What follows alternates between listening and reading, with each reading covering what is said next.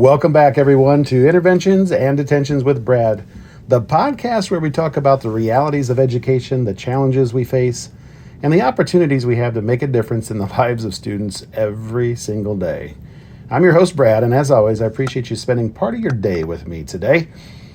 Well, educators, we've made it, or maybe almost made it. Another school year is coming to a close. Depending on where and when you're listening, you may have already packed up your classroom, turned in your keys, completed your final grades, or maybe you're still counting down the days until summer officially begins. Gosh, I hope not. I hope you're done, folks. It's June already. Either way, you're standing at an important point on your educational calendar. It's the point that often really gets overlooked, in my opinion. It's a point that doesn't come with a lot of fanfare. There aren't awards attached to it. There usually aren't even professional development certificates attached to it. And yet, it really may be one of the most valuable opportunities for growth that we have during the school year. Today, we're talking about reflective leadership and reflective teaching, finishing strong and growing stronger. Specifically, we're talking about how educators and school leaders can intentionally use the end of the school year as a powerful opportunity for reflection, for growth, and for preparation for what's around the corner next. Because here's the reality. Many educators finish this school year exhausted. I know I was there. Many administrators finish the school year exhausted. And when we're exhausted, our natural tendency is to sprint towards summer and never look back. We close that classroom door, we lock the office, we stack the papers, we file away the reports, and mentally, we just move on. I understand that temptation. I've felt it myself. I'm feeling it right now. I'm in the transitional phase of leaving my current building and school corporation because I've accepted a new elementary principal position in a neighboring district. I can tell you firsthand, reflecting is not where I'm at the moment. I'm more in the moment of, getting things finished up, finishing one building while still focusing on my new building and hiring for my new building. It's crazy. It'll probably be like late June where I start to reflect on this past year. But until then, I want to focus on you, because if you are not careful, you're going to miss one of the greatest professional learning opportunities available to you. And I don't want you to let that happen. That opportunity is the opportunity to learn from our own experiences, from your own experiences. So today, we're going to talk about why reflection matters, how effective teachers use reflective practices, how school leaders can build reflective cultures, practical strategies that you can implement immediately, and some questions that can help guide your thinking as you close one chapter and prepare for another. So grab your coffee, finish cleaning out that desk drawer, and let's dive in. So why does reflection matter? Let's start with a simple question. What separates experience from expertise? Think about that for a moment. Most educators know teachers who have taught for 30 years. Most educators also know teachers who have taught 1 year 30 times. The difference isn't necessarily talent. The difference isn't necessarily intelligence. The difference often comes down to reflection. Experience alone does not guarantee growth. Experience combined with reflection creates growth. A teacher can repeat the same practices year after year after year after year without significant improvement. Or a teacher can intentionally examine those practices, evaluate their outcomes, make adjustments, and continuously improve. The same is true for us administrators as school leaders. The same is true for principals. The same is true for instructional coaches or interventionists. Reflection transforms experience into learning. Educational researcher John Dewey famously wrote that we do not learn from experience alone. We learn from reflecting on that experience. And that's a powerful idea, because every school year provides us with thousands of data points. Thousands. Things like student interactions, parent conversations, faculty meetings, professional development sessions, classroom lessons, behavior incidents, celebrations, failures, successes, challenges, breakthrough moments. The question isn't whether those experiences happened. The question is whether we'll learn from them. And learning requires intentional reflection. So do you live in the myth of the perfect year? One challenge educators often face is the belief that reflection is only necessary when things go poorly. I don't think that's necessarily true. It's not uncommon, but I don't know that's the only time. Some of the most important reflection happens after success. Let's imagine a teacher had an incredible year. Student achievement improved, relationships flourished and grew, classroom management was strong, parents were supportive, everything just seemed to click. It's tempting, very tempting to simply celebrate that and move on. But reflective practitioners ask different questions, like, why did it work so well? What practices contributed to the success? Which systems supported the positive outcomes? What conditions should be preserved next year? How can those successes be replicated? Without reflection, even success can become something that's just accidental. Reflection helps us identify what worked so we can intentionally repeat it.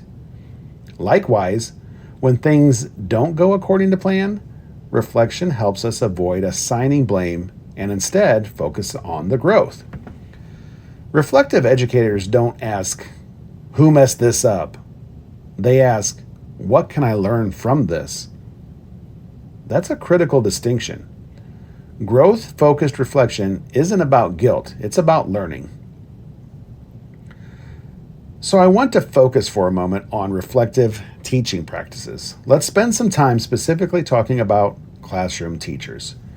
If you're a teacher listening today, I want to offer several reflective practices that can make a meaningful difference in your teaching.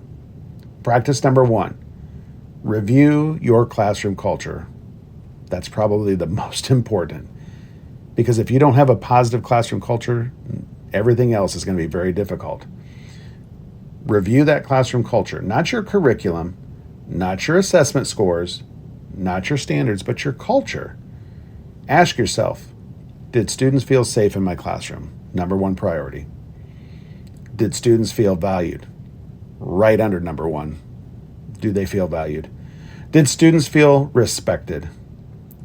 Ask yourself, did students feel connected? Did every student have at least one positive interaction with me, the teacher, each week? Culture is often invisible when it's working well, but culture drives everything else. Students learn best when they feel that they belong.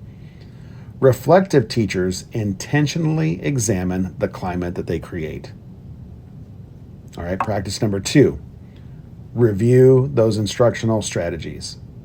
Think about the lessons that truly worked this year, not just lessons that the students enjoyed, lessons that produced meaningful learning, meaningful outcomes. What instructional approaches generated the engagement? What approaches generated deeper thinking? That's a huge one. What lessons consistently fell flat? What adjustments could improve those lessons? One of my favorite reflection exercises involves creating 2 lists. The first list is called the keep doing list. The second is called stop doing. Pretty simple, right? Keep doing includes practices that produced those positive results. The stop doing, that includes practices that consumed energy without producing meaningful outcomes. Simple, powerful, and effective.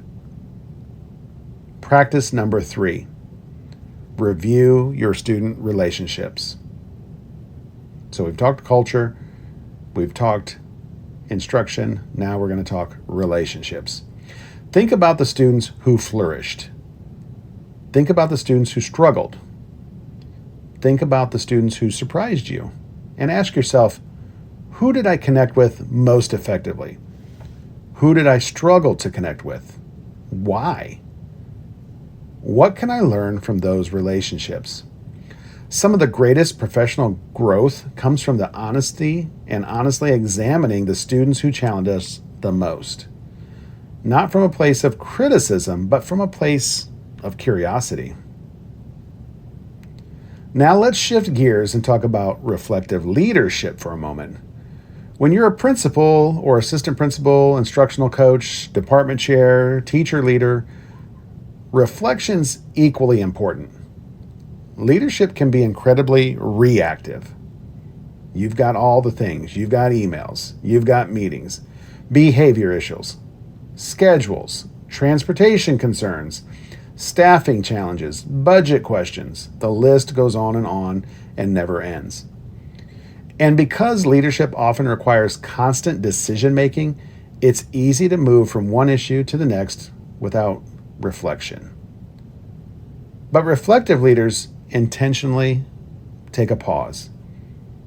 And they'll ask questions to themselves like, what decision had the greatest positive impact this year? What initiatives gained us momentum? What initiatives stalled us? Why did they stall us? What challenges consumed the most of my time? Were those challenges predictable? Could I see them coming? Could systems be improved or maybe be put in place to help support better decision making? Did our staff feel supported? Did our students feel supported? Did our families feel connected to the building? Did my actions align with my priorities? That last question is really, really important. Did my actions align with my priorities? Every school has priorities.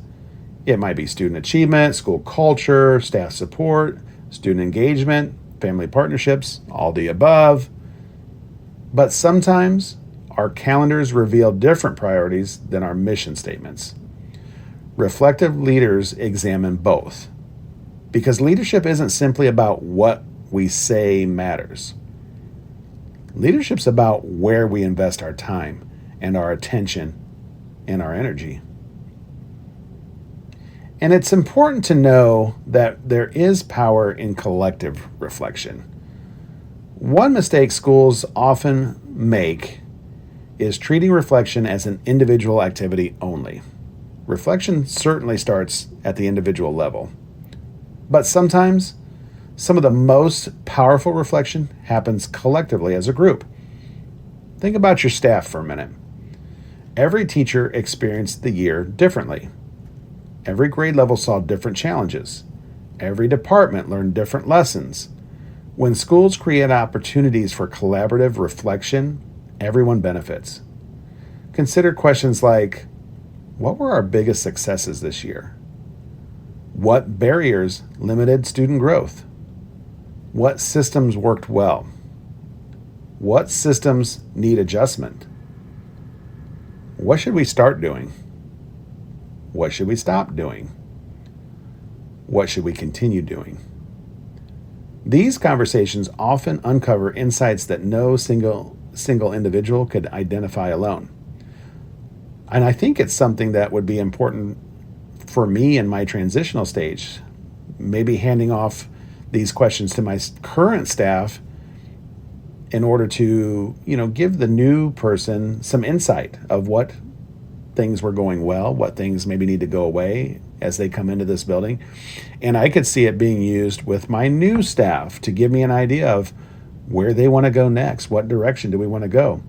That collective reflection builds shared ownership and shared leadership.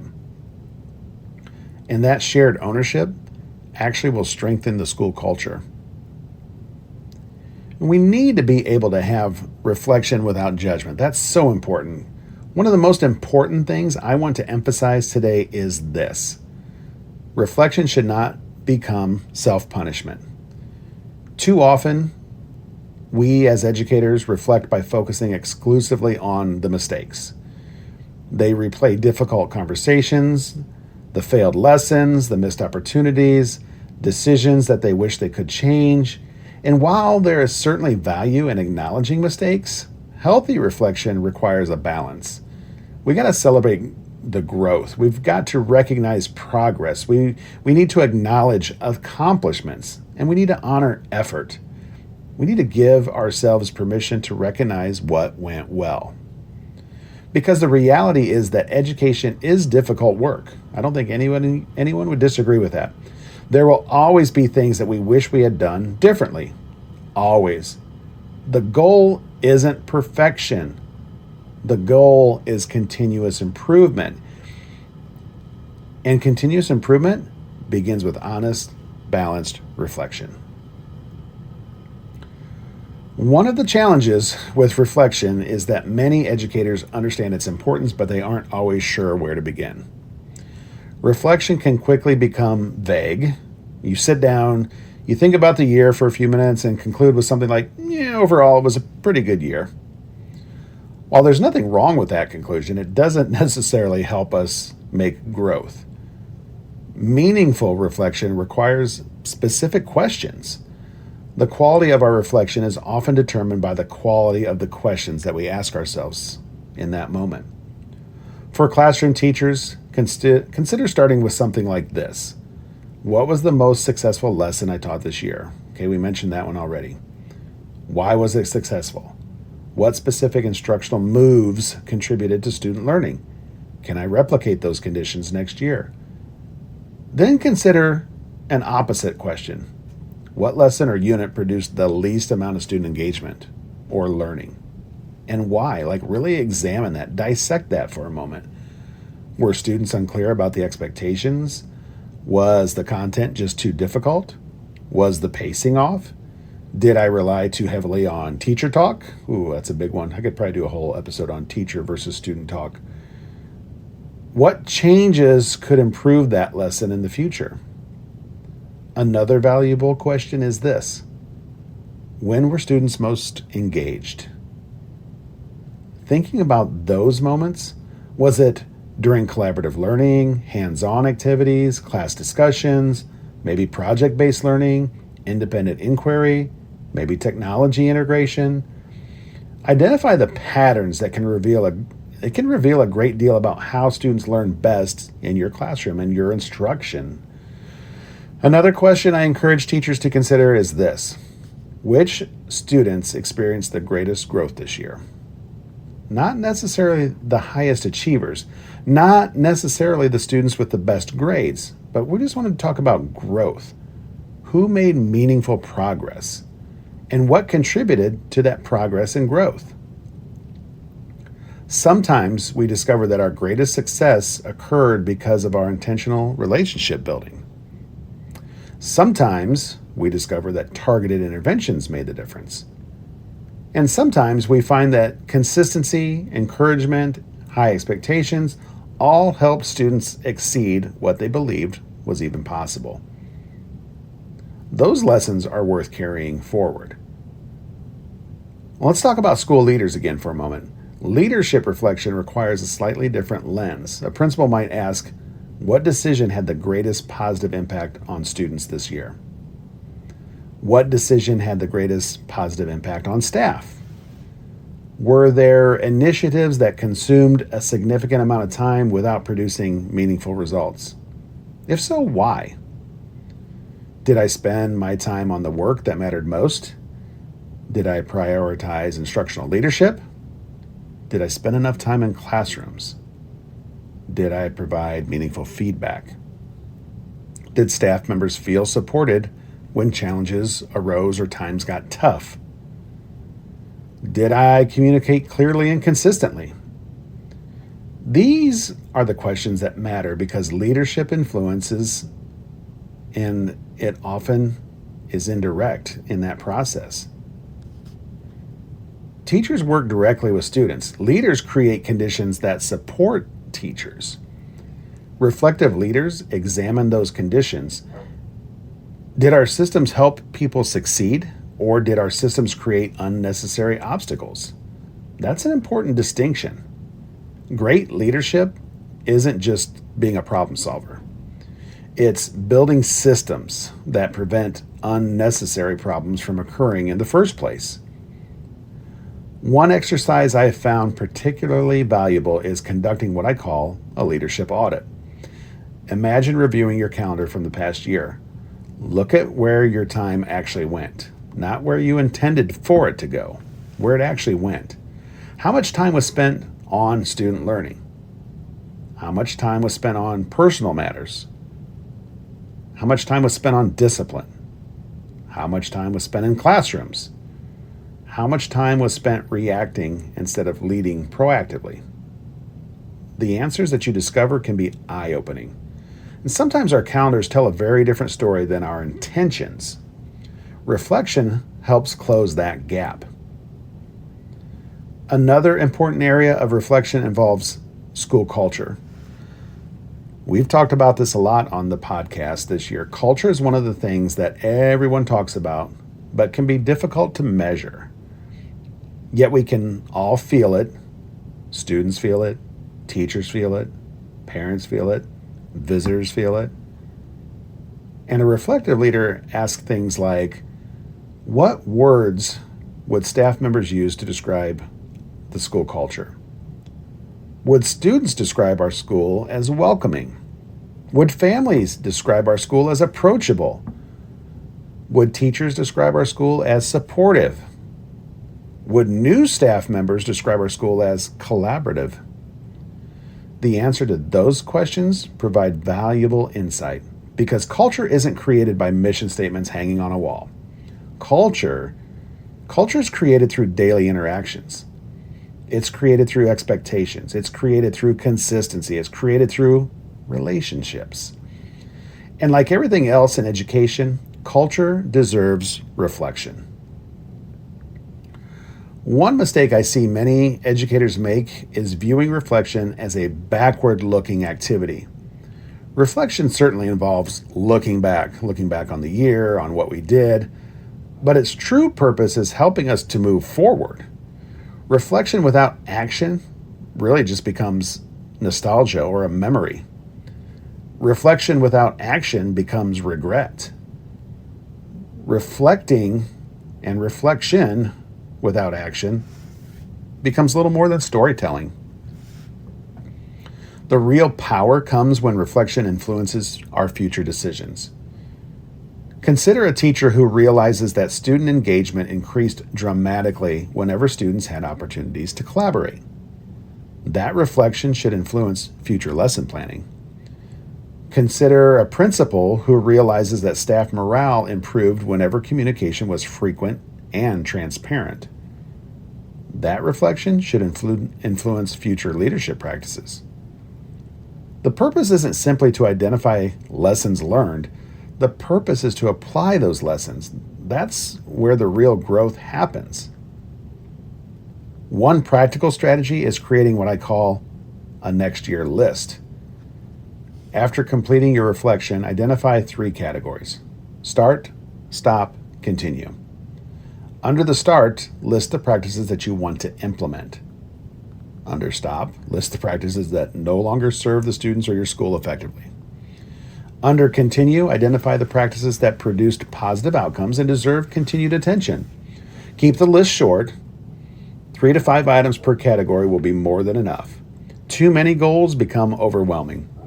A few focused priorities create momentum. Another strategy involves identifying one word for the upcoming year.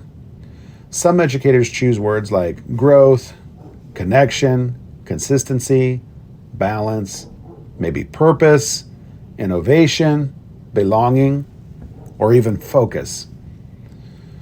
The word that you choose becomes a lens for decision making. Whenever opportunities arise, ask yourself, does this align with my word? Does this move me closer to the educator I want to become?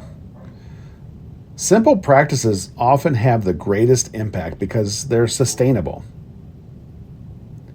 Let's also talk about something that doesn't receive enough attention in educational leadership discussions. Reflection on our personal well-being, which is so important. At the end of the school year, many educators immediately begin evaluating the professional outcomes, the test scores, the goals, the programs, initiatives, student achievement. Hey, they're all important, right? But there's one other question worth asking. How am I doing? Not even professionally, folks. We're not talking about that. We're talking on a personal level. How am I doing? Am I maintaining healthy boundaries? Am I spending time with people who matter the most? Am I taking care of my physical health, my mental health? Am I experiencing joy in my work? Am I finding opportunities to recharge and reconnect? Education is a profession filled with people who care deeply. That's one of its greatest strengths. It's also one of its greatest risks. People who care deeply often give deeply. Sometimes they give so much that they have little left for themselves. Reflection can help us recognize those patterns. It can help us identify areas where balance needs attention, because sustainable excellence requires sustainability. And you cannot pour endlessly from an empty cup, folks. You cannot support others effectively if you're consistently operating in survival mode yourself. Reflection isn't selfish, isn't about being selfish. It's about being responsible. The best educators understand that caring for themselves allows them to care for others more effectively. As you think about the year, I encourage you to identify moments that brought genuine fulfillment in your life. Not just the success moments, but fulfillment that made you just feel good inside. Those moments often provide important clues for you. Perhaps it was watching a struggling student finally experience success. Maybe it was mentoring a new teacher or leading a professional learning session. Maybe it was building stronger relationships with the families of your students. Those types of moments matter. They remind us why we entered education in the first place. And in a profession that sometimes feels consumed by mandates, accountability measures, or endless responsibilities, reconnecting with that purpose can be incredibly powerful. Purpose fuels perseverance. Purpose fuels resilience, and it also fuels growth. When we reflect on meaningful moments, we strengthen our connection to that purpose, and that connection often becomes the foundation for our future success.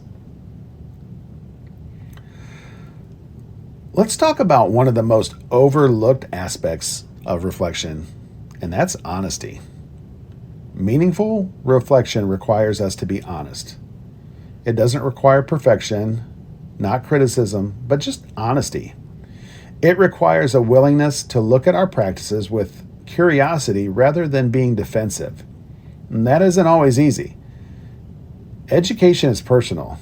Teaching is personal. Leadership is also personal.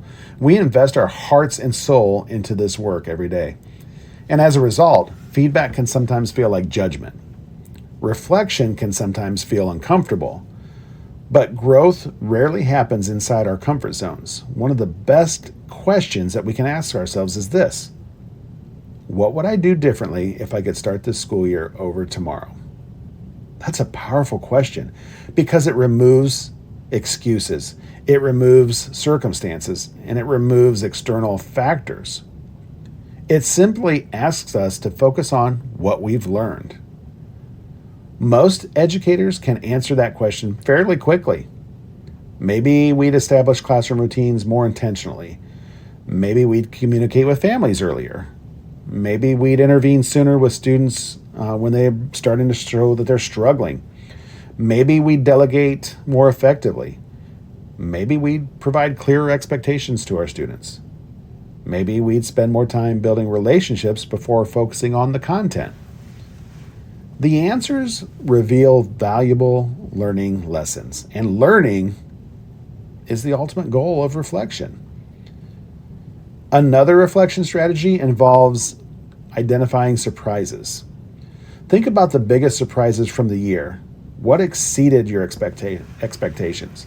What fell short of expectations? What challenges emerged unexpectedly? What opportunities appeared unexpectedly? Often, our greatest learning comes from the things that we don't anticipate. The unexpected forces us to adapt in the moment. It forces us to think differently, and it forces us to grow. Reflecting on those moments can reveal strengths that we didn't know we possessed. Let's discuss feedback. Reflection becomes even more powerful when it includes multiple perspectives. Again, self-reflection is valuable, but sometimes our view is incomplete. This is where feedback becomes so important. For teachers, feedback may come from students, colleagues, coaches, or even administrators. For administrators, feedback may come from teachers, support staff, students, families, and district leaders. The key is approaching feedback with that growth mindset. Not every piece of feedback is equally useful. Not every suggestion should be implemented, but patterns do matter. If multiple people identify similar strengths or similar concerns, it's worth paying attention to. Reflective practitioners look for patterns. Patterns often reveal reality more clearly than isolated opinions. One practice I encourage leaders to consider is asking staff members 3 simple questions at the end of the year. What helped you most this year? What created the greatest challenge? What should we focus on next year? Those questions often generate incredibly valuable insights, not because leaders don't already have ideas, but because the people closest to the work often see things leaders might miss. Listening is a leadership skill. Reflection and listening go hand in hand. The same principle applies to classrooms. Imagine asking students, what helped you learn most this year? What made learning difficult for you? What advice would you give next year's students? The answers may just surprise you, folks. Students often provide insight that adults overlook, and involving students in reflection reinforces an important message. 1, their voice matters. 2, their perspective matters. 3, their experience matters. Reflection can also strengthen professional learning communities.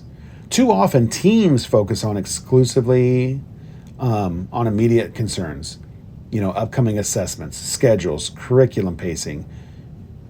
All important topics, certainly, I'll give you that, but reflection adds that depth component. Imagine a team spending time discussing things like, what instructional practices had the greatest impact? What interventions produced meaningful results in our students? What challenges persisted despite our efforts? What did we learn about student learning this year? Those conversations move a team beyond compliance. They become opportunities for professional growth within that team. And that's exactly what effective PLCs should be. They're learning communities, not meeting communities. Learning communities. As educators, we often encourage students to embrace a growth mindset. We tell students that mistakes are opportunities to learn. We tell students that effort matters. We tell students that growth takes time. The question is, do we extend the same grace to ourselves? Reflective practice requires grace. It acknowledges that growth is ongoing. It recognizes that improvement is a process. It understands that excellence is not a destination. It's a journey. No educator arrives. No leader arrives. The best educators remain learners. The best leaders remain learners. Reflection helps us stay in that mindset. And perhaps that's one of its greatest gifts. It keeps us humble. It reminds us that there is always more for us to learn. There's always another way to improve. There's always another opportunity to grow. That mindset, that growth mindset, creates possibility. So, As we begin wrapping up today's episode, I want to leave you with a challenge. Before you completely shut down for summer, please, hope you haven't got there yet. If you have, back up a day or two. Before you completely shut down, set aside one intentional hour. Just 1 hour. Find a quiet place, bring a notebook, bring your planner, bring your calendar, but bring your memories from the year and reflect. Think about your victories. Think about your challenges. Think about your growth. Think about your students. Think about your colleagues. Think about the moments that mattered the most this year and ask yourself, what am I proud of? What did I learn? What should I continue? What should I change? What kind of educator do I want to become next year? What kind of leader do I want to become next year? Because here's the truth. The end of the school year isn't just an ending. It's also a beginning. It's the bridge between who we were and who we're becoming and going to be. Every year teaches us something. Every student teaches us something. Every challenge teaches us something. Every success teaches us something. The question is whether we'll take time to notice those things. Reflection allows us to capture those lessons before they disappear into the busyness of life. It allows us to transform experiences into growth. It allows us to move forward with greater clarity, greater purpose, and greater intention. As educators, we spend our careers helping students reflect on their learning. Maybe it's time that we give ourselves the same opportunity. You've worked hard this year. You've invested in students. You've solved problems and you've celebrated victories and you've navigated challenges.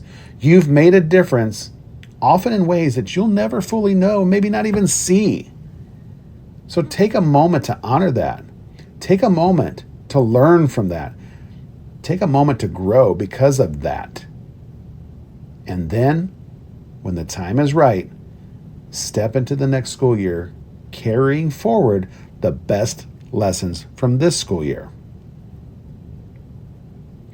I want to thank you for spending just part of your day with me again, right here on Interventions and Detentions. Thank you for the work that you do for students every single day of the school year.